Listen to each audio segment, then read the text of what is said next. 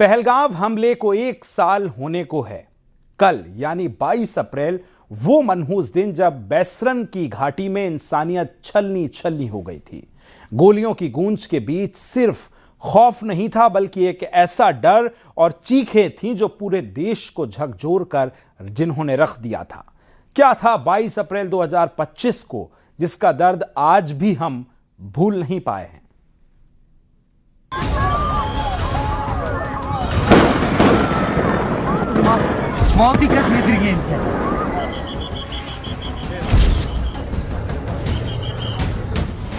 तारीख 22 अप्रैल 2025, समय 1:50, जगह बैसरन वैली।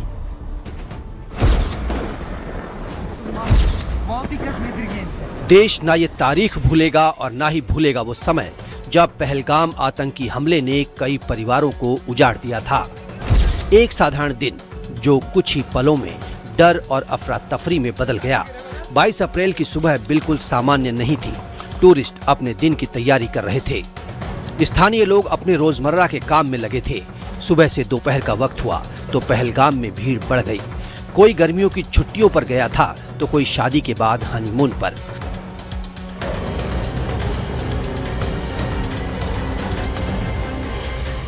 अचानक हरी भरी वादियों में शोर मच गया। कोई अपने पति को बचाने की गुहार लगा रहा था तो कोई खुद को बचाने की। देश के कोने कोने से गए लोगों को मौत की नींद सुला दिया गया। दहशतगर्दों ने किसी के पिता के सामने गोली मारी तो किसी की पत्नी के सामने पति को गोली मार दी।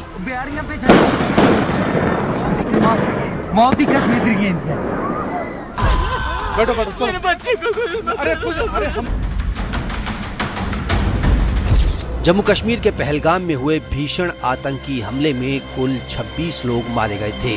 दहशतगर्दों ने ये पूछकर गोली मारी थी कि हिंदू हो या मुसलमान। गोली मारने से पहले कलमा पढ़ने को भी बोला गया था। जो कलमा नहीं पढ़ पाया उसकी हत्या कर दी गई। पर थी क्या बोलते भेलपुरी खा रही थी, मेरा पति साइड में था, एक इंसान आया उसने उसको गोली मार दी। यहाँ पे उसने बोला कि शायद मुस्लिम नहीं है, उसने उसको गोली मार दी। तो बोला था मुसलमान नहीं है, उसको गोली मार दी, 3 मारे।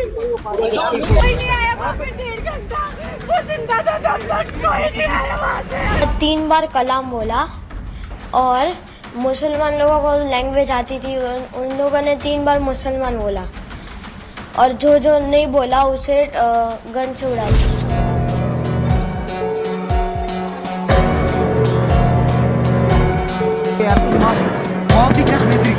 कत्लेआम के बाद चारों तरफ चीख पुकार मच गई। जहां सुबह तक हलचल थी, हरी भरी वादियां थी, वहां खून बह रहा था, लाशें पड़ी थीं।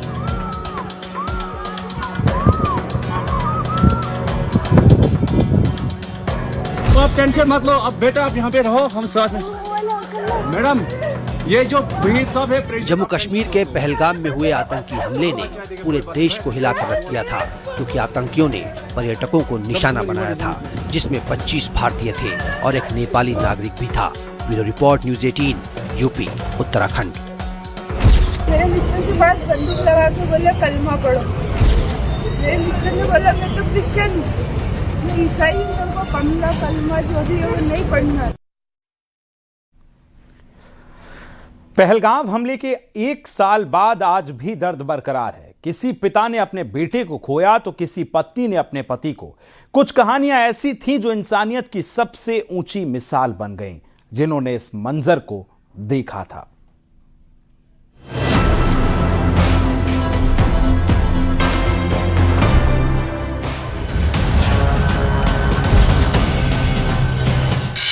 पहलगाम हमले के 1 साल बाद भी दर्द बरकरार है। पहलगाम हमले की बरसी पर जख्म अभी भी हरे हैं। गवाह की आंखों में दर्द आज भी दिखता है। इस बर्बर आतंकी हमले में 26 लोगों की जान चली गई थी। उसी में एक नाम है लेफ्टिनेंट नेवी अधिकारी विनय नरवाल, जिनकी आतंकियों ने हत्या कर दी थी। 1 साल बीत जाने के बाद पिता राजेश नरवाल ने बेटे विनय नरवाल को याद किया। आतंकवादी हमला हुआ, उसमें मेरा बेटा लेफ्टिनेंट विनय नरवाल शहीद हुआ।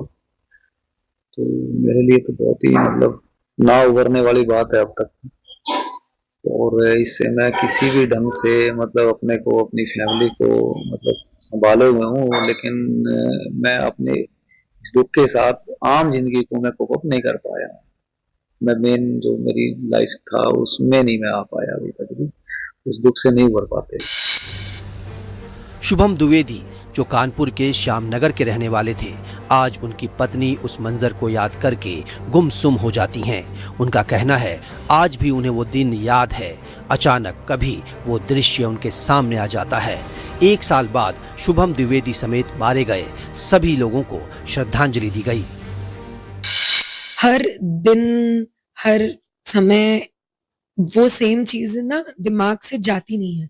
Whenever I shut my eyes, मुझे पता है कि मैं अपनी आंखों के सामने वो पूरा एक माहौल देख पाती हूँ जो हुआ था वहां पे। 1-2 बार तो ऐसा भी हुआ कि जब मैं ड्राइव करते करते जोन आउट हो गए and I am there in Kashmir और वो पूरा वही घटना मेरे आंखों के सामने चल रही है। तो ऐसा नहीं हुआ है कि मैंने इस 1 साल में इस घटना का कोई भी सेकंड में भूली हूँ या लाइफ में आगे कभी भी मैं भूल पाऊँ। जम्मू कश्मीर के पहलगाम के बैसरन में हुए आतंकी हमले को 1 साल बीत चुका है, लेकिन उस दिन की भयावह यादें आज भी लोगों के दिलों में ताज़ा है। न्यूज़ 18 की टीम जब ग्राउंड जीरो पहुंची तो वहां मौजूद प्रत्यक्षदर्शियों से बात की। पोनी एसोसिएशन के अध्यक्ष अब्दुल वहीद वानी ने उस खौफनाक दिन को याद करते हुए बताया कि वो उन दृश्यों को अपने दिमाग से मिटा देना चाहते हैं। आप जो वो भयानक मंजर था, अब मैं वो बुलाना चाहता हूँ, अपने जहन से डिलीट करना चाहता हूँ, क्योंकि जो ही वो याद आ रहा है तो हमारी नींदें उड़ जाती है। तो मैं बुलाना क्यों चाहता हूँ कि जहन में जब आता है तो पूरा असर पड़ता है मेरे जहन पे भी, तो इसलिए मैं बुलाना चाहता हूँ। वो मैंने ऊपर वाले से हर टाइम ये दुआ किया कि अब ना वो भयानक मंजर इस पहलगाम सेफ जगह होना चाहे न मैं देखना चाहता हूँ। वो खौफनाक मंजर आज भी लोगों के सामने दिखता है। पहलगाम हमले को भले ही 1 साल हो गया, लेकिन वो दर्द अभी भी बरकरार है। Bureau report, news 18, UP, Uttarakhand.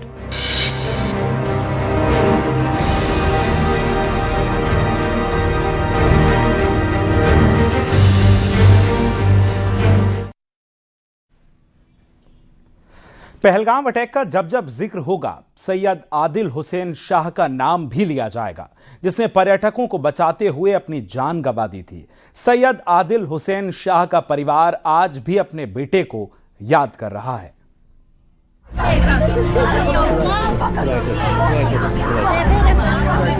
तो आदिल की बहुत सारे यादें आ रही हैं, उसकी आवाज़ें गूंज रही हैं। याद आती है आदिल भैया की। ये कहानी है जज्बे की, ये कहानी है हौसले की, ये कहानी है सबसे बड़े बलिदान की। ये कहानी उस इंसान की है जिसने खौफ के साए में भी इंसानियत का दामन नहीं छोड़ा। जब चारों तरफ गोलियों की आवाज थी, लोग अपनी जान बचाने के लिए भाग रहे थे, उस वक्त उसने दूसरों को बचाने का फैसला किया। हर कदम पर मौत का खतरा था, लेकिन उसके इरादे उससे भी मजबूत थे।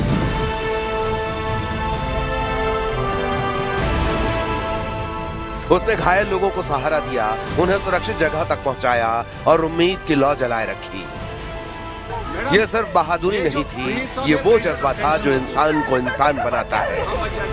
और जब वक्त आया तो उसने अपनी जान देकर भी उस जज्बे को जिंदा रखा, ताकि दुनिया याद रखे, हौसला कभी हारता नहीं।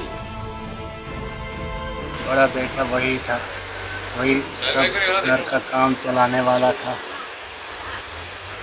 घर चलाने वाला वही था, तो उसकी बहुत याद आ रही है। 23 साल का आदिल हुसैन शाह एक कश्मीरी पौनी हैंडलर जो सैलानियों को वादियों की सैर कराता था, वही उसके घर की आजीविका थी। उसी से उसके परिवार की दुनिया चलती थी। बूढ़े माता पिता की जिम्मेदारी, घर की जरूरतें और बेहतर कल के सपने, सब कुछ उसी के कंधों पर था। हर दिन की मेहनत उसके परिवार के चेहरे पर मुस्कान लाती थी, लेकिन 22 अप्रैल 2025 का वो दिन उसकी जिंदगी का आखिरी दिन बन गया। जिस घाटी में वो लोगों को खुशियां दिखाने ले जाता था, उसी घाटी में उसने दूसरों की जिंदगी बचाने के लिए खुद को खतरे में डाल दिया। आदिल सिर्फ अपने परिवार का सहारा नहीं था, वो उन तमाम लोगों के लिए एक उम्मीद बन गया जिन्हें उसने उस खौफनाक मंजर से निकालने की कोशिश की।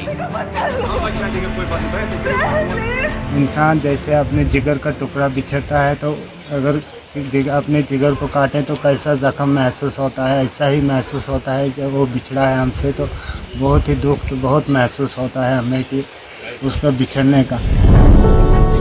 पहलगाम आतंकी हमले से ठीक एक दिन पहले आदिल अपने घर से निकला था, ये कहकर कि घर के लिए पैसों का बंदोबस्त करके लौटेगा, लेकिन वो दिन कभी नहीं आया। बैसरन घाटी में जब गोलियां चलनी शुरू हुई तो अफरा तफरी मच गई।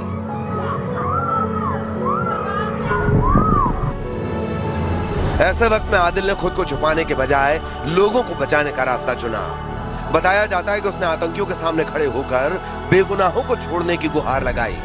हालात इतने खतरनाक थे कि उसने एक आतंकी की बंदूक पकड़कर उसे रोकने की भी कोशिश की ताकि और लोगों की जान बचाई जा सके।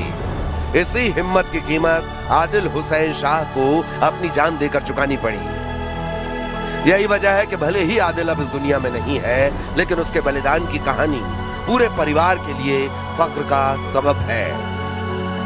बहुत याद आ रही है कि उसने बहुत सारे लोग, वहाँ पे हज़ारों लोग थे, उनकी जानें बचाई, और जो 26 लोग वहाँ पे शहीद हो गए उनके बदले में अपनी जान दे दी, अपनी जान की परवाह नहीं की। तो इससे तो फख्र ही महसूस होता है कि आदिल ने भी अपनी जान और अपने मुल्क और अपने मुल्क के लोगों के लिए दी। पहलगाम हमले के साल भर बाद आदिल की सिर्फ यादें ही नहीं बल्कि उनकी कमी हर दिन महसूस की जाती है। उनका घर अब भी उसी सन्नाटे में डूबा है जहां कभी उनकी हंसी और जिम्मेदारियों की आहट हुआ करती थी। बूढ़े पिता सैयद हैदर शाह आज भी बीमार हैं, लेकिन अब दवाइयां लाने वाला बेटा नहीं है। माँ बेबी जान की आंखें दरवाजे पर टिकी रहती हैं, जैसे अभी आदिल लौट आएगा। जबकि छोटे भाई और बहनें अब भी उस सहारे को याद करते हैं जो हमेशा उनके साथ खड़ा रहता था। रोज की छोटी छोटी जरूरतें अब बड़ी मुश्किल बन चुकी हैं, लेकिन इन मुश्किलों के बीच एक गर्व भी जिंदा है। ये गर्व उस बेटे पर है जिसने अपने परिवार से पहले इंसानियत को चुना। हमें उसकी बहुत याद आती है, और जो बाकी लोग गुजर गए थे उनकी भी हमें ये सब है। हम फख्र करते हैं अपने आदिल भाई का कि उन्होंने इतने सारे लोगों की जान बचाई है, तो हम उसका फख्र करते हैं।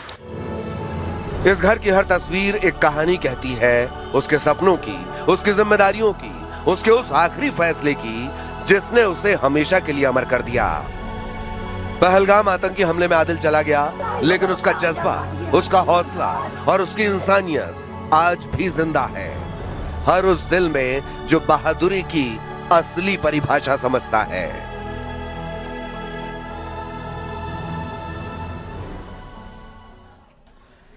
बाईस अप्रैल 2025 की कई तस्वीरें एक साथ आंखों के सामने कौंधने लगती हैं। गोलियों की आवाज, भागते लोग और डर से सिहरता हुआ वो सन्नाटा। इन्हीं तस्वीरों के बीच एक और कहानी छुपी है उन घुड़सवारों की जो उस दिन सिर्फ सवारी नहीं कर रहे थे बल्कि जिंदगी और मौत के बीच खड़े थे। लेकिन अब एक सवाल, एक साल बाद उनके जीवन में क्या बदला, इसको आपको रिपोर्ट में दिखाते हैं।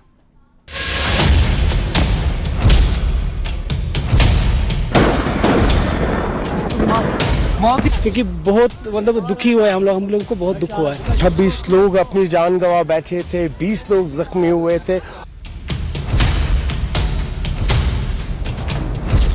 वक्त गहरे जख्मों को भी भर देता है।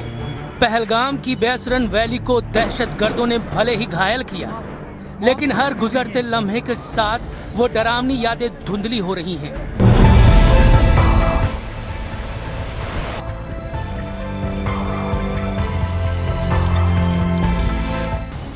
आतंकी हमले के बाद यहां जम्मू कश्मीर में 48 टूरिस्ट डेस्टिनेशन बंद किए गए थे। हालांकि सैलानियों का भरोसा हासिल करने के लिए 17 टूरिस्ट स्पॉट्स खोले जा चुके हैं, लेकिन बैसरन वैली खुलने का इंतजार किया जा रहा है, क्योंकि हर सैलानी के भीतर उस घाटी को देखने की ख्वाहिश है जहां आतंकवाद का सबसे क्रूर चेहरा देखा गया। तो देखें आप यहाँ पर ये एक स्टैंड है, ऊपर की तरफ बाईसरन जाते हैं और ये पोनी वाले जो हैं यहाँ से फिर आगे, इनकी इस वक्त यही गुजारिश है। ये आप देख सकते हैं यही बाईसरन का मेन रास्ता है, यहाँ से ऊपर जाते हैं जो अब क्लोज कर दिया गया है। और कुल मिला के अगर बात करें तो कहीं ना कहीं ये पोनी वालाज भी अपने एक्सप्रेशन सामने रख रहे हैं, कह रहे हैं कि कहीं ना कहीं अब जल्द से जल्द बाईसरन, जिसे मिनी स्विट्जरलैंड भी कहा जाता है, ये टूरिस्ट के लिए खोल दिया जाए। सैलानियों की तादाद भले ही पहले जैसी नहीं है, लेकिन जो लोग पहुंच रहे हैं वो यही कहते हैं कि इस जन्नत का दीदार हर किसी को करना चाहिए। जब तक जिंदगी है जिंदा दिल से जियो, है ना। और कश्मीर तो जन्नत है ना। और जीवन में एक बार जीते इंसान को जन्नत देखना चाहिए, है कि नहीं सर? जैसा, और कोई टेंशन नहीं है। यहाँ के लोग बहुत कोऑपरेटिव है। जो मार्केट में और बाजारों में लोगों ने हल्ला उड़ा के रखा हुआ है कि यहाँ पर शोषण किया जाता है, फ्रॉड किया जाता है, ऐसा कुछ भी नहीं है। यहाँ के लोग बहुत कोऑपरेटिव हैं। बैसरन वैली की वो यादें दिल दहलाती हैं, लेकिन समय की परतों में वो दहशत धीरे धीरे दबती जा रही है। यहाँ पहुँचने वाले सैलानी उसी घाटी को अब एक नए नजरिए से देख रहे हैं, जहाँ डर नहीं बल्कि खूबसूरती और सुकून का एहसास ज्यादा गहरा है। बट यहाँ ऐसा कुछ भी नहीं है, हम बहुत खुश हैं। लेकिन अगर जो इंसिडेंस प्लेस है वो ओपन रहता तो ज्यादा अच्छा रहता, क्योंकि टूरिस्ट उसी को विजिट करना चाहते हैं और उसी के लिए आ रहे हैं। ये घाटी अब सिर्फ हादसे की कहानी नहीं, बल्कि हौसले, उम्मीद और वापसी की मिसाल बनती जा रही है। पहली फर्स्ट टाइम मतलब कश्मीर आया, मेरे को काफी अच्छा एक्सपीरियंस लगा यहाँ आकर। और जो यहाँ का व्यू है वो काफी अच्छा था। जो यहाँ के लोग डर रहे हैं और बाहर के लोग बोल रहे हैं कि यहाँ अफवाह, ये सब अफवाह है, कोई मतलब नहीं है। लेकिन बाकी जो कश्मीर है सबको एंजॉय करना चाहिए और एक बार एक्सपीरियंस इसका लेना चाहिए। बैसरन घाटी आज फिर उसी मोड़ पर खड़ी है, जहाँ अतीत की परछाइयाँ और भविष्य की उम्मीदें साथ साथ चलती हैं। वक्त ने जख्मों को पूरी तरह भले ही नहीं भरा हो, लेकिन हौसले ने डर को पीछे जरूर धकेल दिया है। यहाँ लौटती हर मुस्कान, हर कदम, हर सैलानी इस बात का सबूत है कि जिंदगी रुकती नहीं, आगे बढ़ती है। पहाड़ों की ये खामोशी अब सुकून देती है, डर नहीं। और शायद यही इस घाटी की सबसे बड़ी ताकत है, हर मुश्किल के बाद भी मुस्कुराकर खड़े रहना। पहलगाम अब सिर्फ एक जगह नहीं बल्कि एक संदेश है कि अंधेरा चाहे कितना भी गहरा हो, रोशनी लौटकर जरूर आती है।